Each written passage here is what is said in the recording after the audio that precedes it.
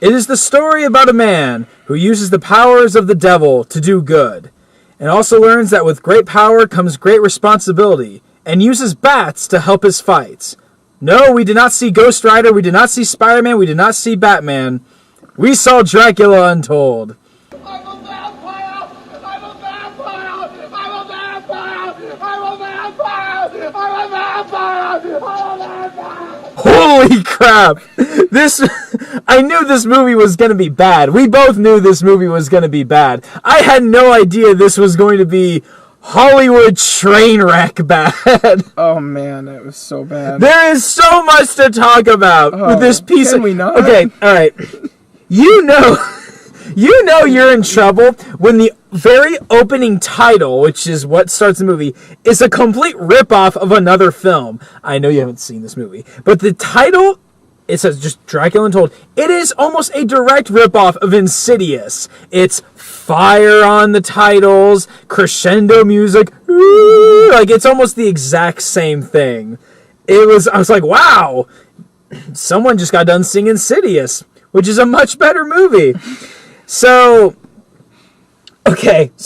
Luke Evans, hot off his role in The Hobbit, is playing Vlad the Impaler, who is the man that in the original story becomes Dracula. I'm actually impressed they got that much right.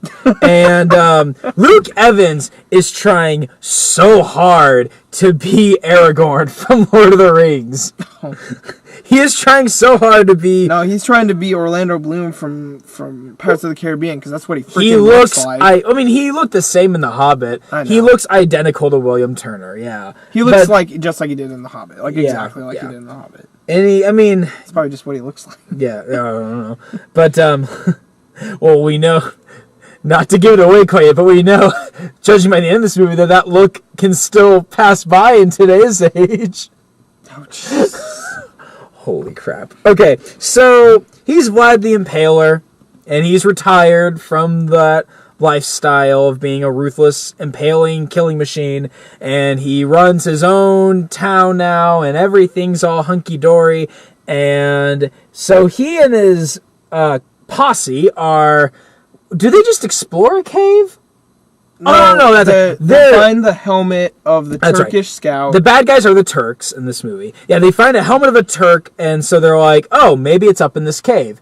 Well, they're like, well, this is a scout, so we need to find the rest of them. Oh, I bet they're in this cave, this creepy cave. So it turns out that a vampire is in the cave. Stupidest. So they go in the cave, and all the stupid pop-out scares, the bats and we'll talk about the bats in a second. So they go in the cave, and we cut to Predator vision. So there's a few scenes in the movie where we see the first-person view of a vampire, and apparently the vampire sees things like the Predator does, because it's all infrared, which is really stupid. So it doesn't even make sense. It makes sense in Predator because he's an alien with a futuristic helmet. Couldn't they just make it where it's like they see in the dark? Doesn't that make more sense and still does the same purpose? Well, I just feel like this director, and this is his first film, by the way, and I'm going to bring up all the movies that this movie was reminding me of, much better movies.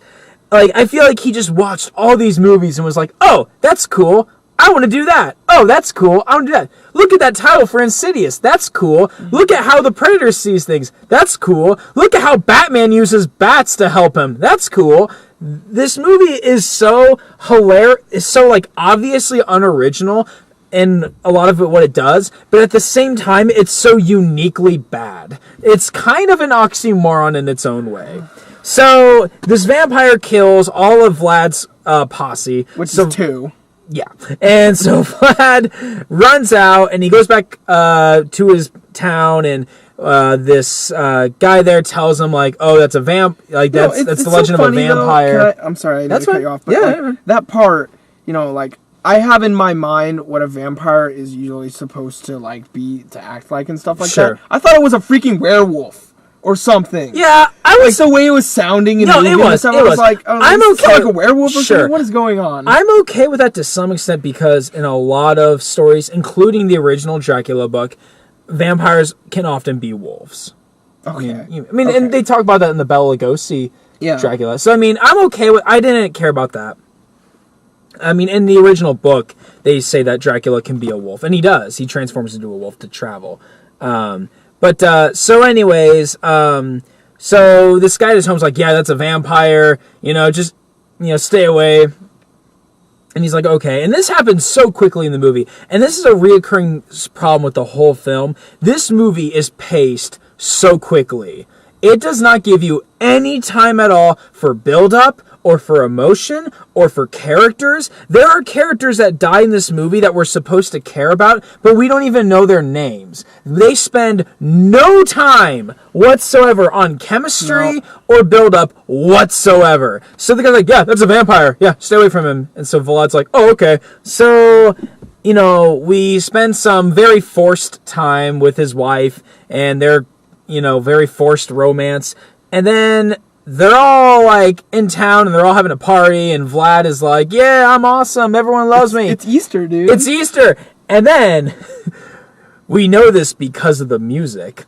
Cut to the villains who have a grand entrance into their double door, double door, dun dun, and we are introduced to the gayest villains of all time. These guys are so homoerotic that you would have sworn that their descendants became the guy who ran the prison and escape plan. So these guys are like, oh, hey Vlad, long time no see. And there's this one side villain who I really wish was the villain of the whole film, who has he has long blonde hair that's braided, but it's placed over the top of his shaved head like a mohawk. Does that make any sense? And he's walking around this guy is walking around knocking people's hats off. He's brushing the heads of children like a freaking pedophile. And so the leader of the group's like, well, Vlad, everything's all fine, but if you don't want to go to war, you better give us 1,000 of your children. And so they're like, what are you talking about? And blonde mohawk guy, in whatever language he's speaking in, he says, he's rubbing the head of one of the children. He's like, soft, but they'll do. I feel like this movie has an underlying theme of pedophilia. I was a little drunk. Plus, I was horny. But because throughout the film, the main villain's like, I want my 1,000 boys. He keeps saying it, give me my 1,000 boys. The main villain's whole objective is to get Vlad, aka Dracula's son. Just because he's a weirdo. So, yeah, as you can imagine, Vlad ends up fighting them off and is like, no, I'm not going to give my son to them. And so he's like, crap, I'm in trouble. Can we talk about the exchange scene? Yeah, okay, yeah, we'll go to that. So, yeah, so basically... This is the part. So, basically... they're like, we're going to give you some time to think it over. So cut to a day or two later. So at the beginning, he accepts it. He's like, okay, I don't want my entire nation to destroyed because I won't give up these boys. So specifically my son. Yeah. That's what he really cares about, is giving up his son. So they go to the exchange. As we see later in the film. Yeah. So we... Yeah, I know, right? So later on, I forgot to bring that up. So we see them exchanging Vlad, aka Dracula's son.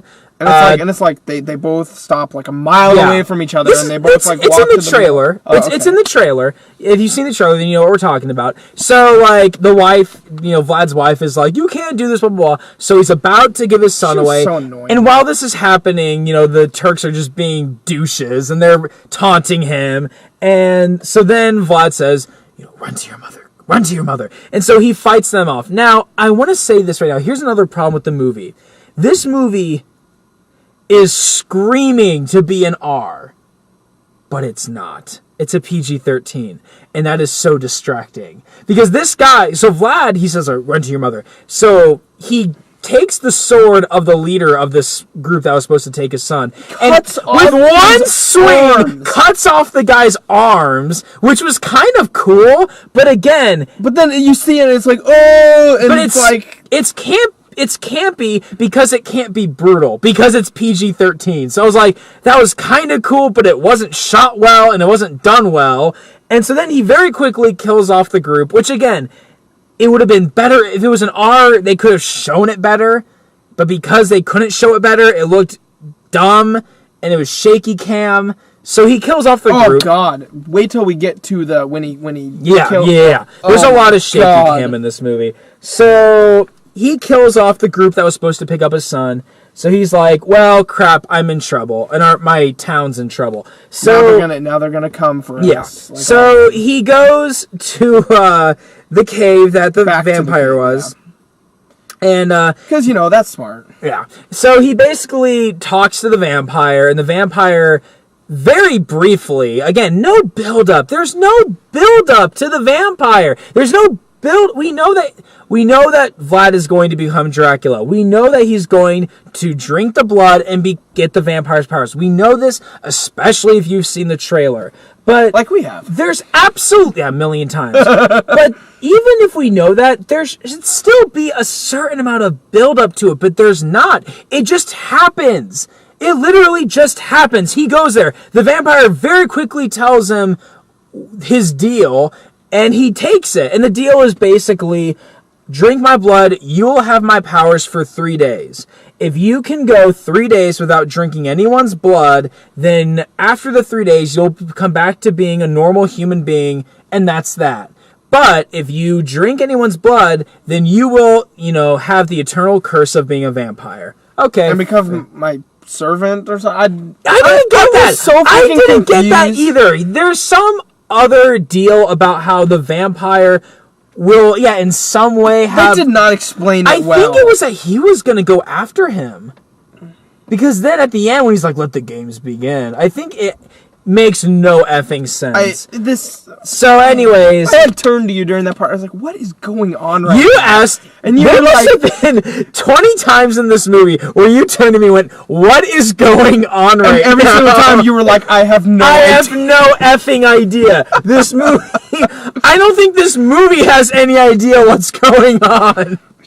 I don't think Luke Evans has any idea what's going on. It's just there, Half the time, Dracula looks confused. So he drinks the blood. He becomes a vampire. We cut to him waking up in like a river, and then we get the Spider-Man moment of the movie where he realizes within like 10 seconds all of his powers. Like he starts to get up by leaning on a rock, and the overwhelming power he has like crushes the rock, which is so stupid. Yeah, and then he realizes like the super senses he has of the things around him because he hears a spider spinning away. Yeah, and then what? And then he quickly, when he starts running, he realizes that he could become a bunch of bats. It's very Spider-Man like, oh, look at the powers I have. Ooh, look at this power I have. Oh, and the silver ring is burning his hand. Oh yeah.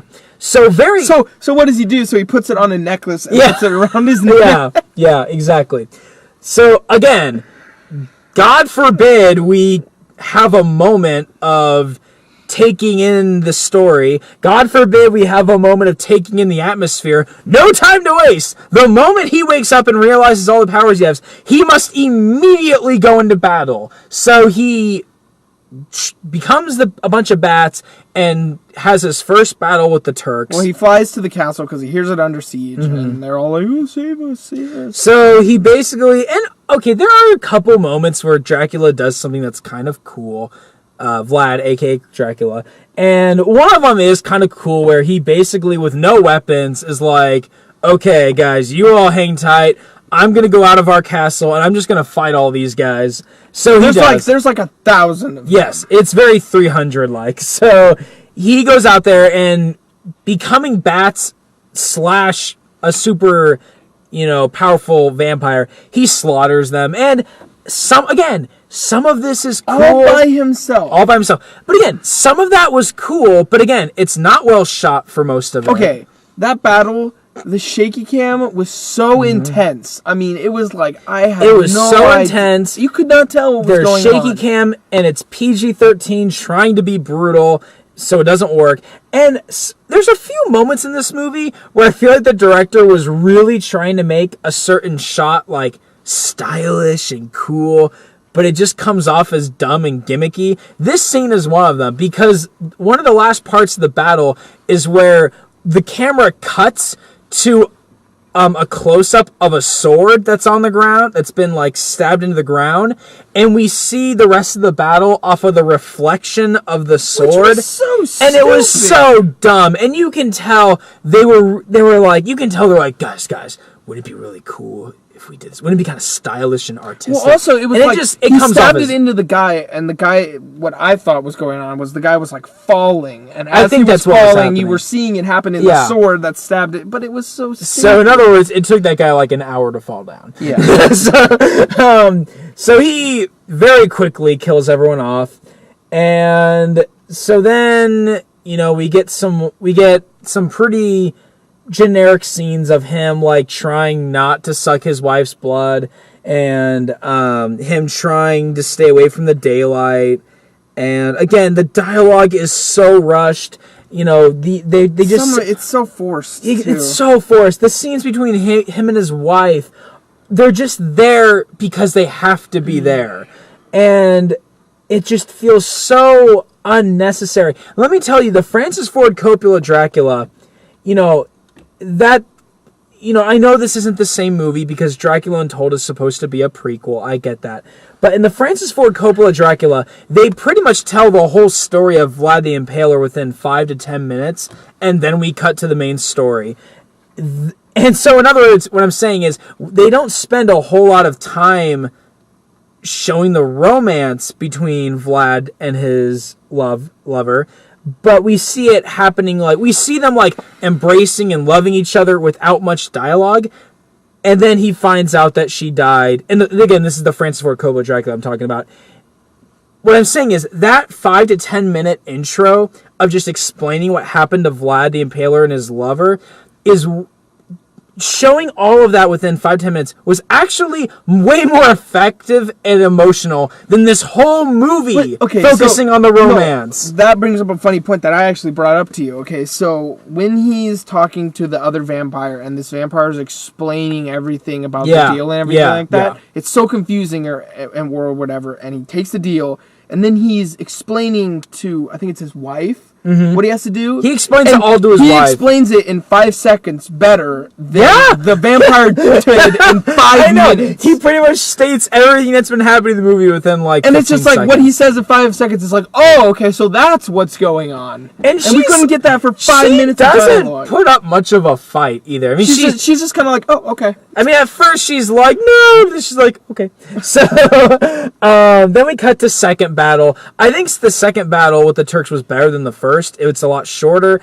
One of the other things that he does that's kind of cool is that at one point, one of the main villains is like, he's like cornering Dracula's wife and kid, and he starts like taunting them. And then as a bunch of bats, Dracula like swooshes in and out of swooshes by the guy and keeps like throwing him off distance. I thought it was kind of cool to see Dracula like toy with the guy, and then from like behind he goes back into being a human, and then like with vampire teeth like roars at him, and the guy like freaks out. I thought that was kind of cool. Falls off the ledge. Yeah, he falls off the edge. Like, I thought that was kind of a cool moment, but would have been cooler if the guy had actually died. Yeah, I know, that was so stupid. But okay, but speaking of dying, at that same scene, the dude who's like his best friend just got dies. killed by the guy, and he goes over and he's like, no, don't die. And it's like, you feel absolutely no emotion for this scene. Who is this guy? We have no idea who this is. What's his name? The movie wants us to feel sad about it, and you're just like, I don't feel anything. Yeah. Oh, and before I forget, I want to bring something up real quick. After the first battle with the Turks, the main villain arrives at what was the battle, like a day or two after, and there's one survivor left, and he's like, Vlad wanted me to give you a message. He said, I hope you enjoy the sight. And behind him, you see all of the soldiers impaled, Vlad the Impaler style. They're all impaled, and it actually looks pretty dark and cool. Just remember that. I'll bring it up later. Let's just remember that, okay? That is Dracula being old school Vlad the Impaler. Okay, so anyways, second battle. Can we talk really fast, though, about the main villain? We will later, okay? Hang on. So second battle happens. More casualties this time on Vlad's part. So then they go to a monastery, and pretty quickly a monk figures out that Vlad is a vampire. He exposes him. They all get into... Okay, talk about a scene that has no freaking payoff. They all find out that he is a vampire. They try burning him in a building. That doesn't work. And pretty quickly, Dracula / Vlad is just like, I did this for you guys. And then his wife is like, you're changing. And then they all just like look at each other. And then Vlad's like, back to your stations. They just try to kill him. And he's like, back to your stations. Like, and they just do it. It makes... And, you know, this movie, it's just so riddled with cliches. Because, like, yeah. right before, when they're burning his father alive, and the mother, his wife, is like, to this handmaid, and she's like, take my son to my room and lock the door. Yeah. And she, like, takes him, and he, like, goes up the stairs, like, 2 feet away. And then he, like, sits there and is watching, and the maid just doesn't do anything. She's like, oh, okay. Yeah. And so he watches all while they're at this monastery... There's a scene where they walk by like an armory with a closed door, and the son says, "Dad, what's in there?" And Vlad, Dracula, says, "Something I hope I will never have to bring out again." Again, we'll get back to that. So anyways, it's the third day, you know, this is Dracula's last time to be a vampire, and so all these, by the way, I just want to, real quick, sidetrack here for a second. What if the Turks invaded them during the daytime? He would be screwed! He wouldn't be. He wouldn't be able to do crap! Nope. It's so convenient it's always that all their battles are in the evening or when it's super cloudy. And can I just say, like, okay, so after they see the scene with all the first Turks that died impaled, the Sultan, who's the main bad guy, is like, one of his advisors is like, the men are fearing what Dracula has become and they're afraid to go into battle against him. So the Sultan blindfolds his entire army, blindfolds every single man, and says, you're going to march to this place blindfolded. And that comes into play later. It does! It's so stupid! It actually does! I forgot about that. Because he starts to just... holy crap. Did you forget about that? So, third battle. And Vlad comes up with the idea of summoning like 1 million bats. Batman Begins from style. Somewhere. Batman Begins style. And I'm surprised they didn't steal the line from Batman Begins. I'm surprised his wife wasn't like, what's that? And I'm surprised he wasn't like, back up. But using his hand, which looked really goofy, he directed the bats, and the bats like attack them, and you know they're all getting effed up. And 3 of the main bad guys sneak into the castle. Oh God! Kidnap the son. Of course. And the wife. Okay, talk about making no sense. The wife ends up falling off a cliff. Like a freaking 100-mile cliff. It's huge. Dracula. Excuse me. I'm sorry. Too much popcorn. Dracula is like falling down to catch her, going no, and we don't see what happens. We don't see if he caught her in time or if she hit the ground. But what we cut to is him on the ground holding her, and he's like, Don't leave me. Don't leave me. And she starts saying her last words. Now here's where I'm at. This would make sense if maybe she was stabbed. You know, she's slowly dying. I don't know any stories of someone who fell off, you know, this 90 feet, however high it was. It was huge. You know, this however high it was cliff, and not dying upon impact, or dying while they're falling for that matter. No, they treat it like as if she got stabbed. As if she is slowly dying. I mean, she's like, her hair's perfect and like everything. Well, like her PG-13. So basically, the sun is coming up. They took his son, the whole town is getting slaughtered, I might add. Oh, massacred. Which basically means this was all for nothing. Yeah. And him becoming a vampire was for nothing. And, at least his son gets to be alive. So, she basically convinces him before she dies to bite into her neck so that he can become a permanent vampire and kill the Turks once and for all. So then he comes up with the idea of going to some dying soldiers and making them vampires as well, which was, if that was on paper, reading that on paper sounds like an okay idea. And again, if this was a better film, and if it was an R, I could see that being pretty cool. But because it's not a good film, and because it's PG-13, it's really goofy to see all these gothic vampires in the climax attacking these Turk soldiers.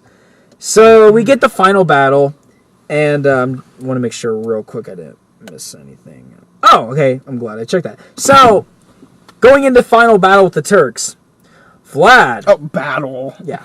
Vlad, more like a massacre, Vlad goes to his armory and does the one thing he swore he would never do. He puts on the armor he had when he was Vlad the Impaler. It would make more sense if it was like bat armor or something. Well, like hang on now. I just want to point out, he's returning to his evil roots as being a sadistic impaler. This wouldn't be a bad arc if he hadn't already impaled like 1,000 soldiers in the beginning of the movie.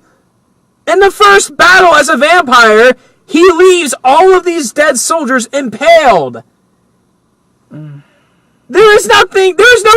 His arc is completely contradicted by the first, half of the movie. Wait, this movie contradicting itself? Whoa. This movie needed Keanu Reeves. So, holy crap. So, we cut to the final battle. Now we can talk about the main villain. This guy is a tool who has the worst fake accent of all time. This guy looks like a freaking he's from Jersey Shore. Yeah, this guy's fake accent is almost as bad as John Voight's accent from Anaconda. It is so forced and it's so obvious that that's not how he talks. Yeah. They get into a fight. Of course, Dracula kills him. And it ends with him saying, I am no longer Vlad. I am Dracula. Son. No, is it son? Son of the... Yeah, son of the devil. And then bites into him. It's just so stupid. And of course, the final battle scene, the whole tent is filled with silver coins. Yeah, which... I know I keep comparing this to other superhero movies. That kind of reminded me of Daredevil, where they're in a church and Bullseye is using the church bells to weaken Daredevil because he has super sensitive hearing. So, anyways, I would probably rather watch this movie than Daredevil, though. I'll give it that. But it's pretty bad. So, that's the climax. And so then it's the only human left in this battlefield is the sun. And so now the vampires... So the whole build up to this was all the Turks that are left, of course, are camped out in this valley or whatever, and him and his new vampire army slaughtered Oh. Sorry. Go ahead.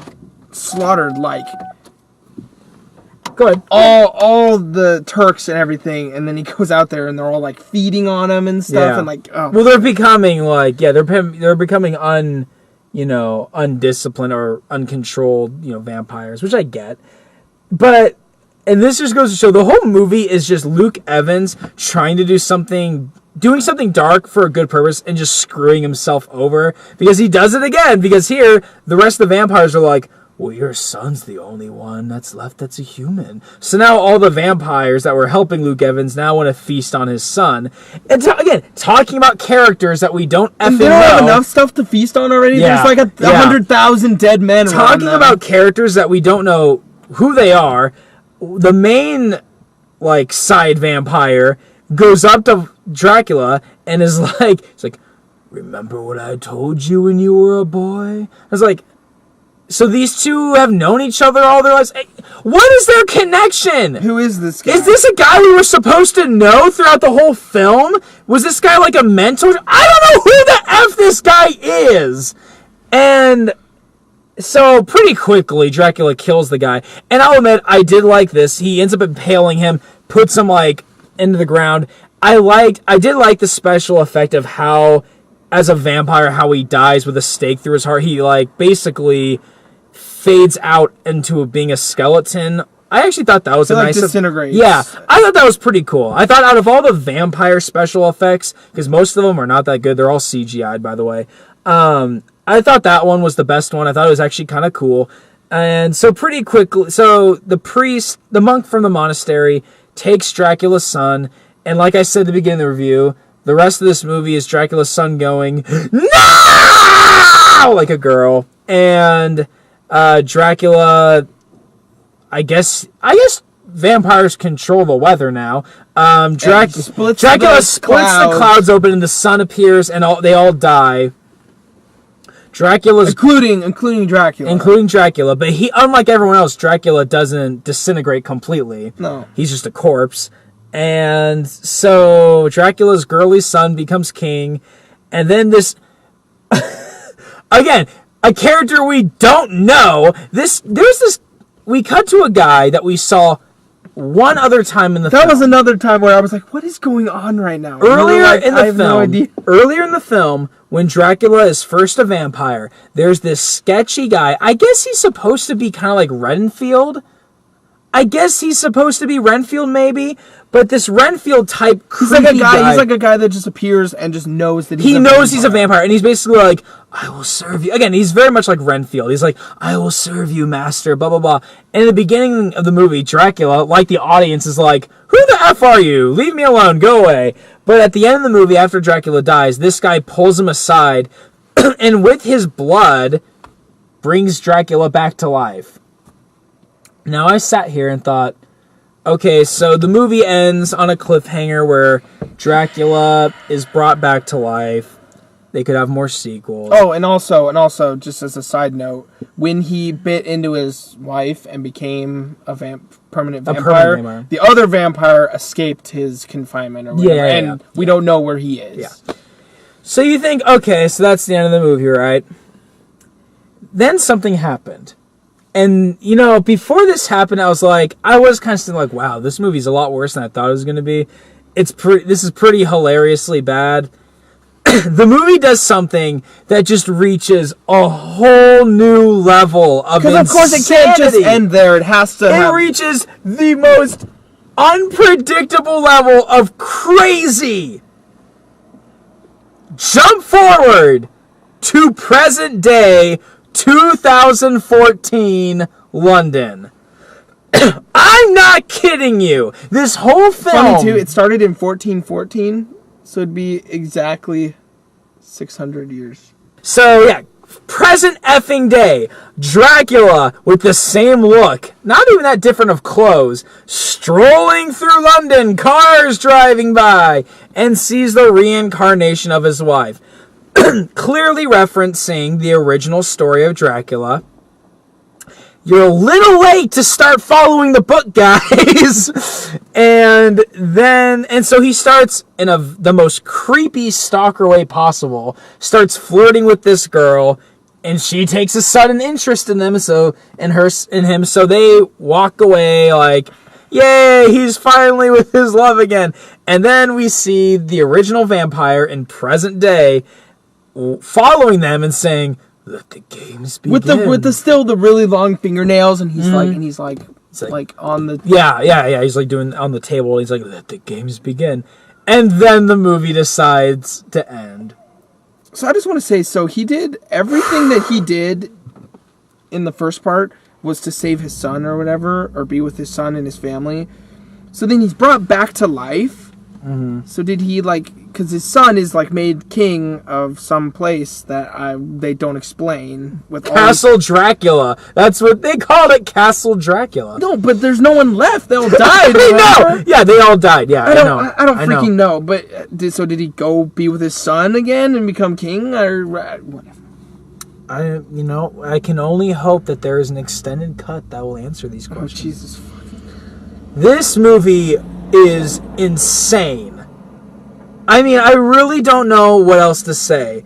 This is one of the craziest movies I have seen this year as far as mainstream films go. And it boggled me. It's amazing how like ridiculous this film is. Oh man. Do I recommend it? No. Well, not seriously, no. As a so bad it's good movie, I'd say it's worth a viewing on maybe Netflix, I'd say, like, if you're into so bad they're good movies, I'd say it's worth watching with some friends. Like, get some friends together who also like watching so bad they're good movies, and maybe go see a matinee showing. Or just if you can get, like, a cheap $5 showing, I would say it's pretty funny to watch. But yeah, don't pay full ticket price, and don't seriously watch it. Don't watch this movie with, like, a serious, look at it. Because then you're just going to come away with, like, how we are right now. Oh, I'm happy. I'm pretty happy. This movie was horrible. I loved it. I feel like this is going to bomb hard, dude. Maybe. I mean, it's gotten so much advertising. I'm not sure how we'll do. I can see this bombing, but I can also see this doing moderately well. I don't believe it's gonna... I'd be pretty shocked if it did better than Annabelle and Gone Girl. Do you feel like it's set up for a sequel? I can only hope. Oh, no. No, we cannot. Oh, man. Oh, man. I want to talk more about this movie, but there's not a whole lot to say right now because we just got done seeing it. Yeah, Dracula Untold. This movie was awful. Okay. Like, I went in with expectations that it was going to be bad, and I was still let down. Like, this was so much worse than I thought it was going to be. I'm glad it is the way it is, because I thought it was going to be a boring movie. I thought it was going to be a boring and forgettable generic film, and at least this was more entertaining. So I'm actually happier than I thought it was going to be. It's worse, but I mean that in a kind of a better way. So, all right, Dracula Untold. So, next up, I might go see The Judge in a few days. If someone wants to go see Addicted with me, just to see how crappy that is, maybe. Other than that, I mean, I really want to see if we can get a showing of Dead Snow 2. Otherwise, I'll just wait for that to come on demand, and then we'll watch and give it a review. So, thanks for watching. I'm a vampire. Kill me. Kill me.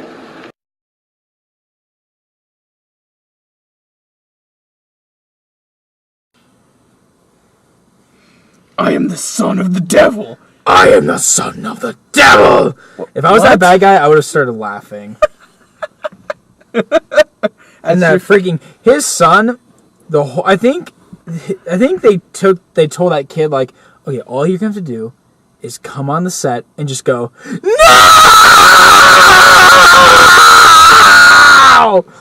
Or cry. Or cry. Or sound like a woman. Yeah, he sounded like a girl.